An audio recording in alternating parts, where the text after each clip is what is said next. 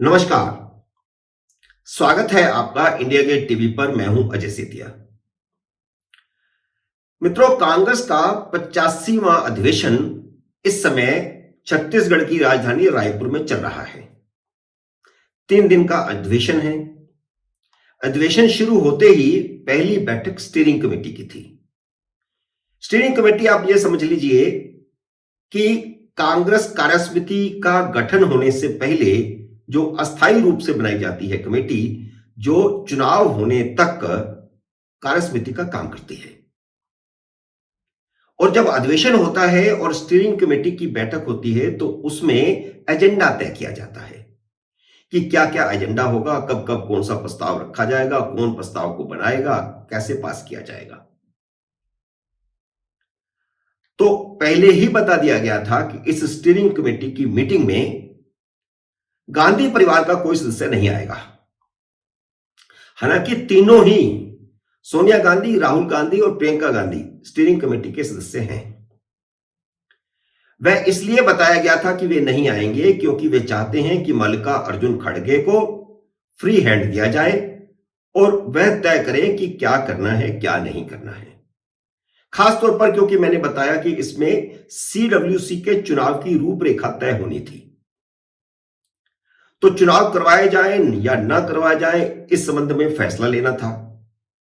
तो यह ना कहा जाए कि गांधी परिवार के प्रभाव में आकर के फैसला लिया गया या नहीं लिया गया। तो इसलिए गांधी परिवार ने इस बैठक से बाहर रहने का फैसला किया। इस पर मुझे वह दिन याद आ गया जब कांग्रेस मुख्यालय में 24 अकबर रोड पर कांग्रेस कार्यसमिति की बैठक हो रही थी। यह बात मार्च 1998 की है। लोकसभा के चुनाव नतीजे आ गए थे, कांग्रेस हार गई थी और अटल बिहारी वाजपेयी की सरकार बनने वाली थी। कांग्रेस कार्यसमिति की बैठक बुलाई गई। सीताराम केसरी उस समय अध्यक्ष थे। उन्हें कई लोगों ने एडवाइस किया कि आप बैठक मत बुलाइए, क्योंकि उनको ऐसी आशंका थी कि प्रणब मुखर्जी, जतिन प्रसाद और गुलाम नबी आजाद, ये सब लोग एक इसी तरह की रूपरेखा बना रहे थे कि सीताराम केसरी को चलता किया जाए। उन्होंने सोनिया गांधी को अप्रोच भी कर लिया था। सोनिया गांधी मान भी गई थी। लेकिन सीताराम केसरी ने कहा, नहीं, चुनाव समीक्षा होनी है, उस चुनाव समीक्षा की बैठक है, इसमें बुलाने में कोई हर्ज नहीं है और बुलानी चाहिए। सीताराम केसरी ने बैठक बुला ली। बैठक शुरू हुई, तभी एक प्रस्ताव आ गया कि आप इस्तीफा दें। जैसे ही इस्तीफे की बात चली, सीताराम केसरी बैठक से उठ करके अपने अध्यक्ष के कमरे में चले गए। उनके कमरे को बाहर से बंद कर दिया गया और बैठक दोबारा से शुरू हुई। प्रणब मुखर्जी ने प्रस्ताव रखा और उन्हें अध्यक्ष पद से हटा करके सोनिया गांधी को कांग्रेस का नया अध्यक्ष बना दिया गया। सीताराम केसरी अपने कमरे में बैठे रह गए और कुछ क्षण के अंदर ही सोनिया गांधी कांग्रेस कार्यालय में प्रकट हुई और बैठक की अध्यक्षता करनी शुरू कर दी, कार्यभार संभाल लिया। तो इसलिए गांधी परिवार का किसी की बैठक में जाना ना जाना मायने नहीं रखता है। स्टीयरिंग कमेटी में लिखी लिखाई स्क्रिप्ट के मुताबिक ही फैसले होने थे।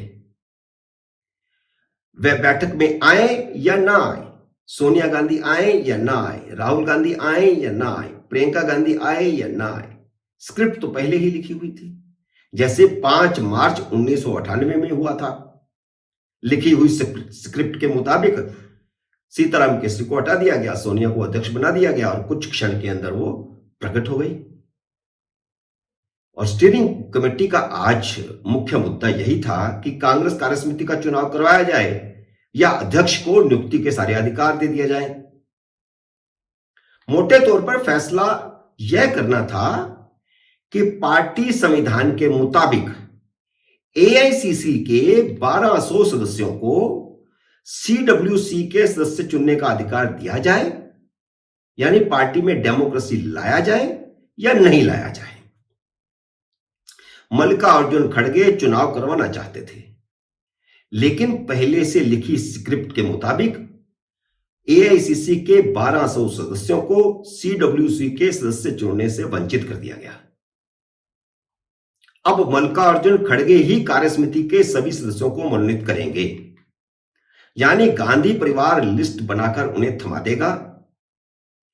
अगर स्टीयरिंग कमेटी में सीडब्ल्यूसी का चुनाव कराने का फैसला होता तो यह संदेश जाता कि सीडब्ल्यूसी के चुनाव तभी होते हैं जब कांग्रेस का गांधी परिवार पर कब्जा नहीं होता, तो यह संदेश भी गलत जाता। मैंने आपको 5 मार्च 2098 की घटना याद दिलाई थी, जब सीडब्ल्यूसी ने सीताराम केसरी को हटाकर सोनिया गांधी को अध्यक्ष बनाया था, तो वह कुछ मिनट के अंदर कांग्रेस दफ्तर पहुंच गई थी। ठीक उसी तरह जैसे ही स्टीयरिंग कमेटी की मीटिंग खत्म हुई, सोनिया गांधी और राहुल गांधी विशेष विमान से रायपुर पहुंच गए। प्रियंका गांधी अगले दिन आएगी। लेकिन सबसे बड़ी बात यह है जो मैंने कही कि डम्मी अध्यक्ष, डम्मी कार्यसमिति होगी। अब भूपेश पटेल ने उनका स्वागत शाही अंदाज में वैसे ही करवाया जैसे वही कांग्रेस के माई बाप हैं, सोनिया गांधी और राहुल गांधी। जब विशेष विमान से एयरपोर्ट पहुंचे तो उनका स्वागत मल्लिकार्जुन खड़गे से ज्यादा हुआ। कई बातें बॉडी लैंग्वेज से भी पता चलती हैं। जैसे आप इसी बात से अंदाज लगा लीजिए कि राहुल गांधी के पास कोई पद नहीं है, लेकिन 26 फरवरी को होने वाले उनके भाषण को लाइव किया जाएगा। इसी तरह 25 फरवरी के सोनिया गांधी के भाषण को भी लाइव किया जाएगा। मल्लिकार्जुन खड़गे कब बोलेंगे, कब नहीं बोलेंगे, इसकी कोई जानकारी नहीं दी जा रही। लेकिन सोनिया गांधी कब बोलेंगी, राहुल गांधी कब बोलेंगे, मीडिया को यही बताया जा रहा है। इसी से स्पष्ट है कि कांग्रेस अध्यक्ष ही नहीं, अब तो सीडब्ल्यूसी भी पहले की तरह डम्मी ही रहेगी। कांग्रेस में लोकतंत्र की कोई गुंजाइश दिखाई नहीं देती। लेकिन अब सबसे बड़ा मुद्दा होगा, आने वाले जो 2 दिनों में कांग्रेस कार्यसमिति बैठेगी, या आप कहिए कि अधिवेशन बैठेगा, तो उसमें फैसला यह होना है कि विपक्ष की एकता कैसे हो, एकता के फार्मूले क्या हो, निटिग्रिटी क्या हो, नेतृत्व कौन करे, संयोजक कौन हो, इसके बारे में थोड़ा अंदर खाते बातें होंगी। लेकिन उससे पहले ही कांग्रेस के नेताओं ने कहना शुरू कर दिया है कि अगर अगली बार गैर भाजपा सरकार बनती है तो प्रधानमंत्री राहुल गांधी होंगे।